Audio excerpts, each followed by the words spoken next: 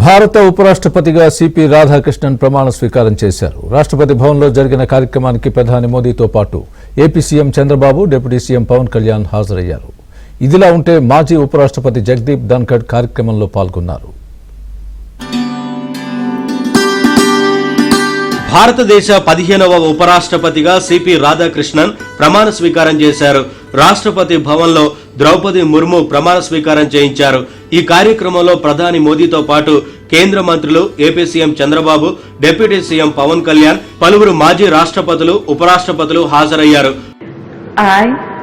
I, Chandrapuram Ponnuswamy Radhakrishnan, do swear in the name of God do swear in the name of God that I will bear true faith and allegiance that I will bear true faith and allegiance to the Constitution of India to the Constitution of India as by law established, as by law established, and that I will faithfully discharge the duty and that I will faithfully discharge the duty upon which I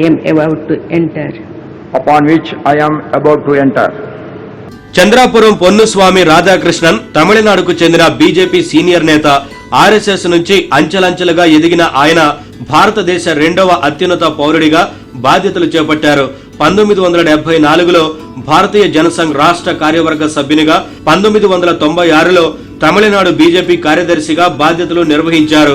Coimbatore నుంచి 2 సార్లు ఎంపీగా గెలిచిన ఆయన 2004 నుంచి 2007 వరకు Tamil Nadu BJP రాష్ట్ర అధ్యక్షులుగా పనిచేశారు.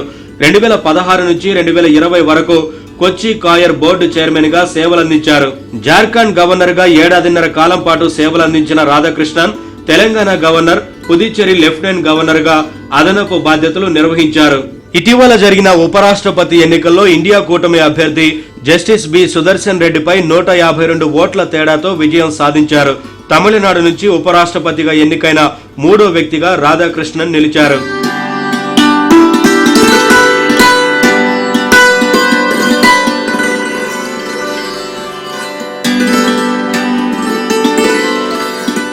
ఉపరాష్ట్రపతి పదవికి రాజీనామా చేసిన తర్వాత జగదీప్ ధన్ఖడ్ తొలిసారి కనిపించారు.